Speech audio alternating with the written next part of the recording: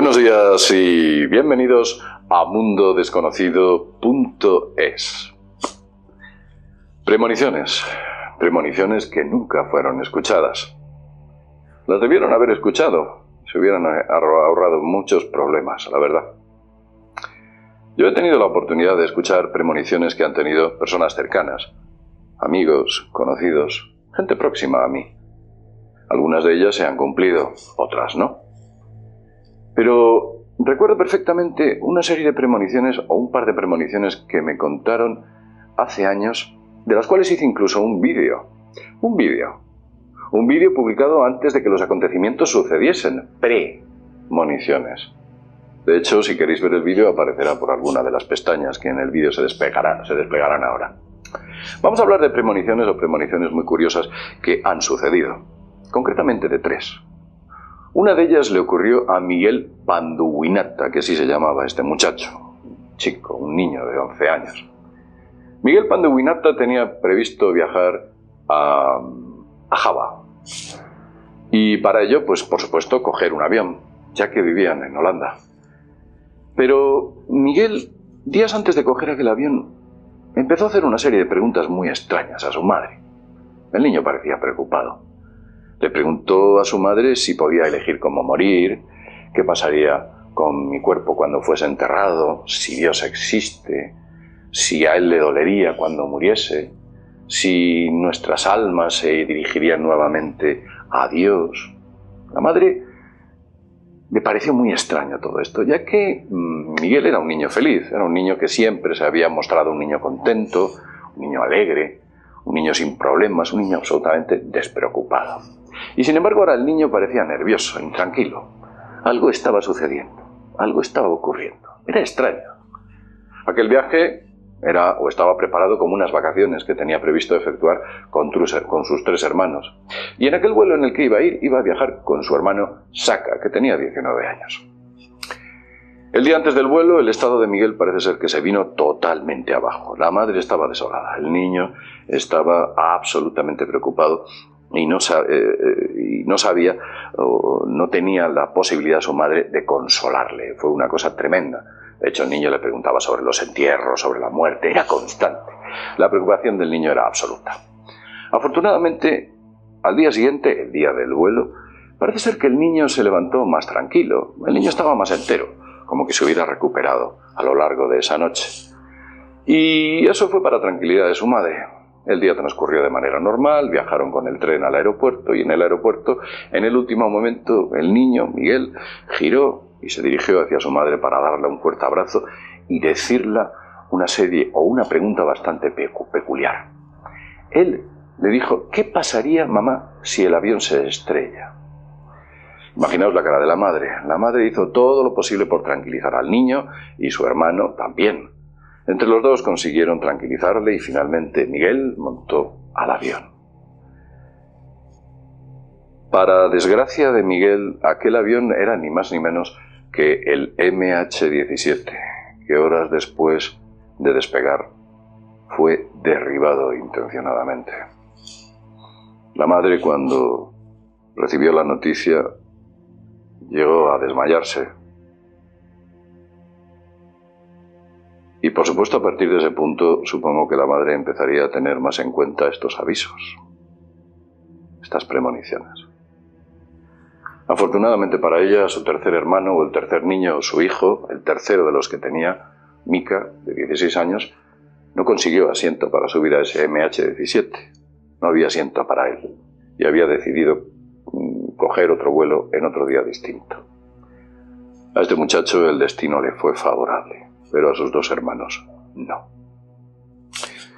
Vamos a hablar de otra premonición. La princesa Diana de Gales. Por Dios, Lady Di. ¿Quién no conoce a Lady Di? ¿Quién no ha oído hablar de Lady Di? Todo el mundo sabe quién es. La muerte, o mejor dicho, quizás, el asesinato de la princesa del pueblo, como así se la conocía cariñosamente, Diana de Gales. Cuando murió Diana de Gales en aquel extraño y peculiar accidente, digamos que empezaron a aparecer una serie de críticas, se intentaron buscar culpables por todos los lados. Se habló de los paparazzi, de Dodi Al-Fayez, del conductor Henry Paul. Esta historia nunca tenía fin y todo el mundo estaba totalmente desolado, la gente lloraba y estuvo durante muchos meses siendo primera noticia en el Reino Unido. Afortunadamente o desgraciadamente, porque nunca se saben esta serie de cuestiones, durante los años siguientes esta noticia se fue apagando poco a poco. Y el recuerdo de Lady Di solo quedó en eso, en un recuerdo. Pero en el año 2003 ocurrió algo extraño. En 2003, Paul Burrell, el exmayordomo de Lady Di, volvió a calentar el asunto. El asunto sobre si Lady Di sufrió un accidente o fue directamente asesinada. Burrell afirmó que estaba en posesión de una carta personal de la princesa, que la princesa le había enviado antes de morir. En aquella carta, Lady Di le revelaba al mayordomo que tenía la sensación de que se acercaba la hora de su muerte. Eso le decía Lady Di en la carta. Ella afirmaba que tenía miedo a que alguien fuese a causarle daño. Incluso, según afirma Burrell, también le contaba que temía que le provocasen un accidente automovilístico para encubrir un asesinato. Adicionalmente, se afirmaba que la principal causa que alegaba era que, de ese modo, y esto lo decía Lady Di en la carta, el príncipe Carlos podría casarse con aquella mujer a la que realmente amaba, o eso es lo que decía. La carta nunca fue publicada, y tampoco se supo por qué no fue publicada. Quizás hubo presiones, o quizás sencillamente que la carta no existía. Todo esto contó el propio Burrell, quien hizo un libro que escribió años después. Algunos afirman que lo hizo por dinero, sencillamente, para obtener mayores ventas. Pero lo cierto es que si Burrell hubiese querido esa idea, con que lo hubiese hecho unos pocos años antes, hubiese ganado muchísimo más, se hubiesen disparado las ventas enormemente. Luego hubo una serie de rumores en periódicos locales donde se afirmaba que incluso en la carta había bastantes más datos. Entre esos datos estaba el nombre del asesino que se encargaría de hacerlo. Lo cierto es que han pasado más de 20 años. Más de 20 años de aquel suceso que todavía recuerdo. Yo he estado en 2 ocasiones en la Plaza del Alma y he pasado con el coche por el famoso túnel. Y os aseguro que es un túnel tremendamente ancho, enorme. Un sitio que para tener un accidente casi usted lo tiene que provocar. Lo vamos a dejar aquí y vamos a continuar con el tercer y último caso de todos. Joe Meek. El caso de Joe Meek. Joe Meek era un productor musical. Un productor musical en el momento en que Buddy Holly era un cantante de fama mundial. Buddy Holly, ¿quién ha oído hablar de Buddy Holly? Este productor Meek tenía la afición de visitar a muchos videntes, de echarse las cartas. Le gustaba echarse las cartas del tarot.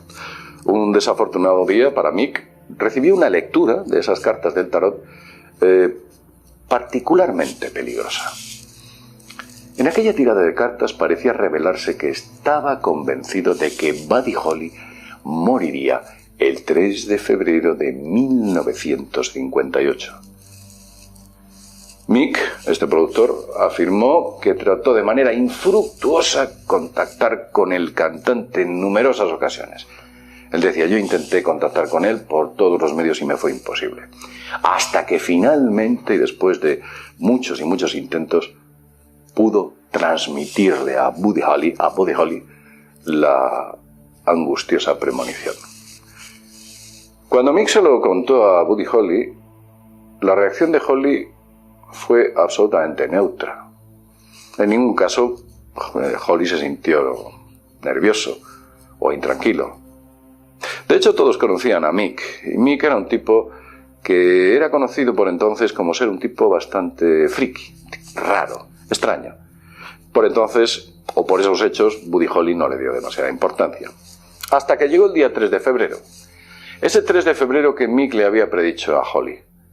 Y ese 3 de febrero no ocurrió absolutamente nada. No ocurrió nada.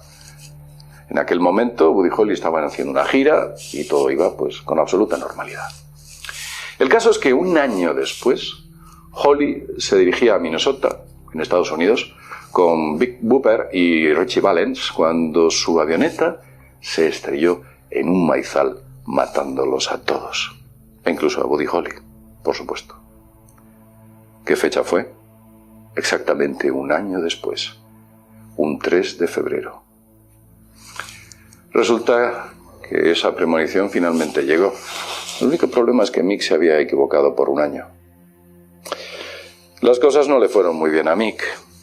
Después de ser demandado por un compositor quien le acusó de robar una melodía para crear uno de los mayores éxitos que Mick había producido, comenzó a sufrir una gran depresión. La presión afectó a Mick. Un día fatal, Mick, después de haber gastado muchísimo dinero en esa demanda, Mick perdió los papeles y asesinó a su casera para después suicidarse. Quizás lo más triste es que el tribunal falló a favor de Mick unos días después de esta enorme tragedia. Lo vamos a dejar aquí y recuerde que cuando usted escucha un aviso o recibe un aviso, yo creo que debería tenerlo en consecuencia. O por lo menos estar un poco más atento. ¿No te parece?